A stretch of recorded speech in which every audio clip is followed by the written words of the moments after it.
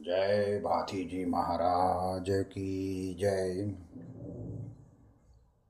આજે લોકો મહાકુંભ તરફ દોટ મૂકી છે, પોતાની જાતને પવિત્ર બનાવવા માટે, જીવનની અંદર સત્કર્મ કર્મો, માનવ ધર્મ અપનાવો, ગરીબોને જમાડો, કોઈ ગરીબ ઉપર દયા દાખવો, કોઈનું દુઃખ જોઈને આપણને પણ દુઃખ થાય તેવું કાર્ય કરો તો ગંગામાં નદી નાયા બરાબર છે. ગાંધીજીએ પણ પોતાના રોજિંદા ભજનની અંદર એક જ વાત કહેતા હતા, વૈષ્ણવજન તો તેને કહીએ પીડ પડાઈ જાણીને. આવા મહાન પુરુષો પણ માનવ ધર્મની વાત કરી છે. જે લોકો નાવા જઈ રહ્યા છે, દેખાદેખી પેલા ગયા તો હું જઉં પેલા જઈએ. શું તમે પાપ કર્મ કર્યું છે તો તમે ધોવા જાઓ છો? કહેવાય છે કે ધાર્મિક મહત્વ છે. જ્યારે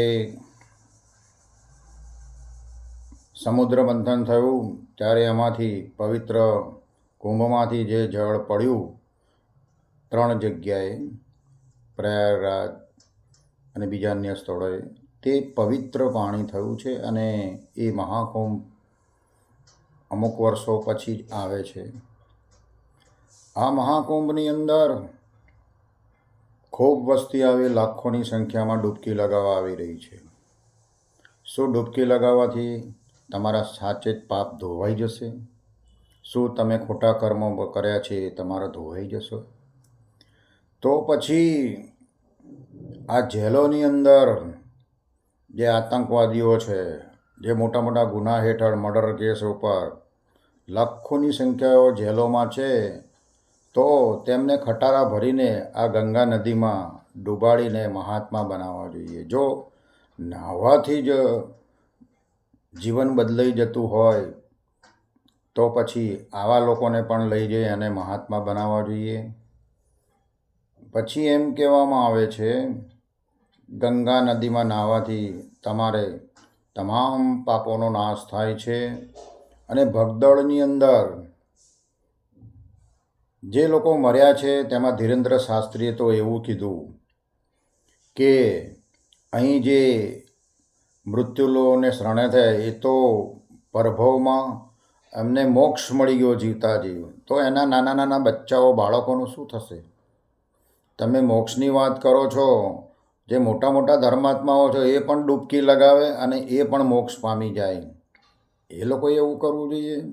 જ્યારે આગ લાગી ત્યારે મોટા મોટા સાધુઓ હતા, તંત્ર મંત્ર કેમ બુઝાવી ના શક્યા? ભગદડ મચી ત્યારે કેમ તમે એને બચાવી ના શક્યા?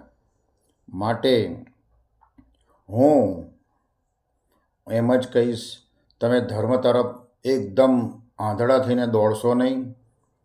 ત્યાં તમે જાઓ છો ભગદડમાં, ઘણા માણસો મરી ગયા. શેના માટે બિચારા ગયા હતા? દર્શન કરવા અર્થો.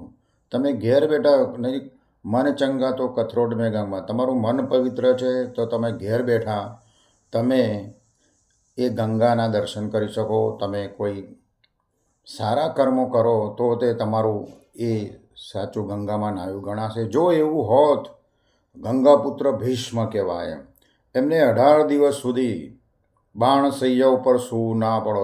ધારો તો ગંગા, એમની મૈયા ગંગા મૈયા એમને મુક્તિ અપાવી દે ભીષ્મ એમના પુત્રને. પરંતુ એવું ના થયું. કર્મ કોઈને છોડતું નથી. તમે કર્મ જેવા કરશો એવું તમને ફળ મળવાનું જ છે. તમે ગમે તેવી નદીઓમાં, સાબરમતીમાં નાશો, સરસ્વતીમાં નાશો, ગમે ત્યાં જશો, તમારા પાપ ધોવાશે નહીં. મન ક્યારે તમારા ધોવાશો? તમે સાચા અર્થમાં પ્રાયશ્ચિત કરશો તમારા પાપોનું, ત્યારે જ આ પાપો ધોવાશે.